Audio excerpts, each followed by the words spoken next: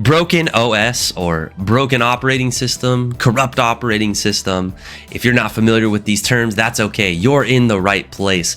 I've been seeing this a lot lately here at My Computer Works. People will call in, the computer is behaving in really strange ways or not acting the way it's supposed to, not doing the things that it's supposed to.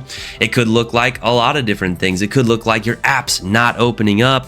It could look like the system actually crashing and going to the blue screen of death.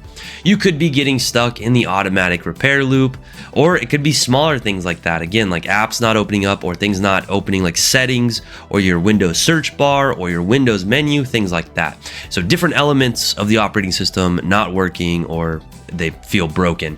That usually points to a broken OS or corrupt operating system. Today, I'm going to teach you what that is, why it happens, and how to fix it.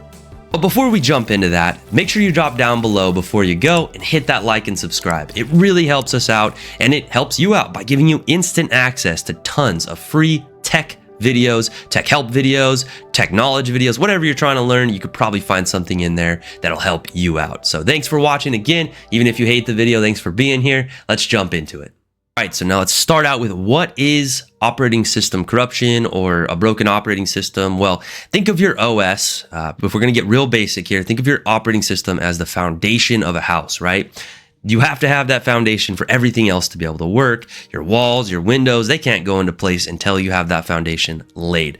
That's how your operating system works. It's everything to your computer. If the operating system wasn't there, you wouldn't see that nice Windows UI that you see. You wouldn't be able to have things like the settings, start menu, control panel, all these things built into Windows wouldn't be there. And that means you wouldn't be able to use your apps and your games and your browser, all those kind of things. They stack on top of the operating system. So it goes without saying, the operating system is very important. It has to be there and it has to be working for everything else to work on top of it, right? So if it breaks, that's gonna cause a big issue, okay? How does it break? Well, it could be a lot of different things. You could be doing a Windows update and all of a sudden you have an issue with your internet and next thing you know, the update goes in wrong. That's a very common one. The other thing is you could have something that gets downloaded or installed into your computer that changes your registry or other system components, and next thing you know, boom, it's done. It can happen fast, it can happen without warning, and it can even happen, like I said, with an update, which makes it not your fault. It's best not to go chasing down all the reasons that it did happen, because when you're in the middle of it, you're probably not really going to be able to do much as far as troubleshooting. The reason I say that is because how you know you're in the middle of a corrupt operating system or you have a corrupt operating system is things like this. Apps won't open, settings won't open, your search menu, your start menu, things like these stop responding. They don't open or they just don't behave the way that they're supposed to. You may have trouble getting apps open. And again, the entire operating system may just freeze up. It may crash. You may go to a blue screen of death. There's a lot of different behaviors. If you're not familiar with operating system corruption or things like that, you never ran into it before, definitely encourage you to reach out to us here at My Computer Works. We can help out with it. But if you're unfamiliar with it, also go online, look up Windows operating system corruption, check out what the different behaviors are. I have some of them here on screen. And then again, some of the causes, I'll put those up here as well. So cause and effect. This is what's going to cause it sometimes, and then this is how it's going to behave. Now at this point of the video, if you're watching this on a phone or a tablet and you're experiencing this issue on your computer, you're probably thinking, Tyler, just get to the point. How do I fix it? And I'm going to show you on screen how to do that right now. So I'm on Windows 11 and it's very simple. What we're going to do is we're going to have to try a couple different ways to get into the settings, okay? We could try the Windows key and I, which should take us right into the settings. We can try to go down into the type here to search, go to reset this PC, type reset this PC down into the search, which is ultimately what we're trying to do. We can right click on our start menu and go to settings, try it from that way. If none of these work, hold with me, don't worry. I have a plan for you and something that will help you out. But for the people who this did work out for, if you can get into settings and you can find the recovery option, or under Windows Update, we go to advanced options, recovery, reset this PC. And we're going to reset this PC and keep our files, okay? If you don't want to lose everything, keep your files. I still recommend, before you do this, if you can get into your file explorer, go back up your user folder. So go into your file explorer, find your user folder, make a copy of it, put it on an external drive or a flash drive before you do the reset, okay? Because just because we're keeping the files doesn't mean it's actually going to keep them. Sometimes things get messed up and they still go bye-bye. So get them backed up, get them on a flash drive, get them on an external drive before we do this, okay? Back to settings. In here, we're going to find the reset this PC option, keep our files, and do a local reinstall of Windows. Now, what is this doing? Well, again, it's clearing out our settings, clearing out our apps, hopefully keeping our important like personal data like the videos, music, pictures, downloads, documents, things like that should be retained, but programs that we installed, apps that we installed that are not related to the Windows operating system or don't come with the Windows OS by default, they're getting out of there. Settings are out of there. And most importantly, and this is the one that's going to fix our issue, it is going to uninstall Windows and reinstall it fresh on the computer.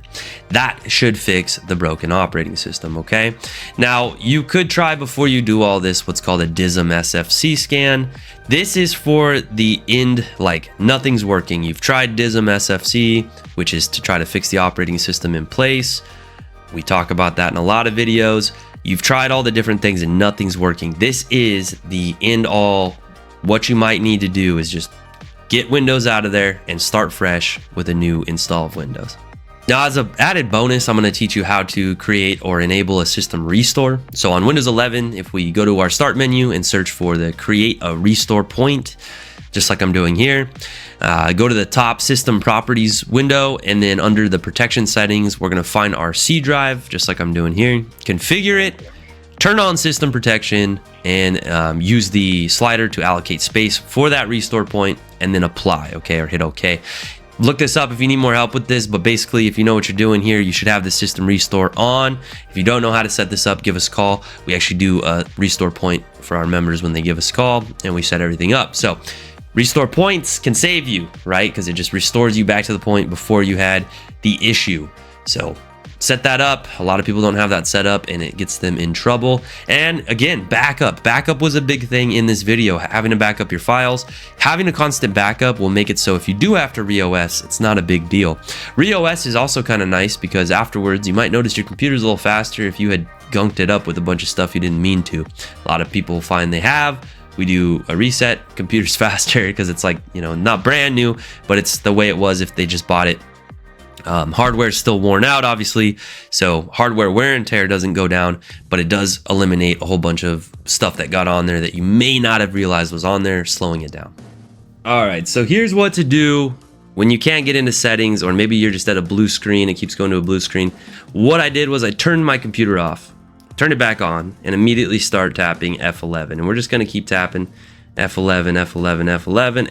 Okay, boom, here we are. It took 2 attempts, but I finally got it. Now, it's hard to see from here, but there is going to be, I'm going to put it on screen here for you. There is this troubleshoot option. I can choose to do the troubleshoot and walk through the steps for reset this PC. Put that on screen so you can see that, just like I said, reset this PC. And we're going to do the same thing, choose reset this PC, and we can go through the exact same steps, just like they did in the last part there. We can keep our files and then reinstall the Windows operating system and fix our issue. All right, everybody, that is it for how to reset your operating system or reinstall your operating system. This is also good in case you're gonna like give a PC away to a family member. You could do a reset but not keep your files. You could fully wipe the drive, completely clean it out, and then hand it off. Although if you don't know the person, I would just swap the drive, me personally, or take the old one out and they could put a new one in.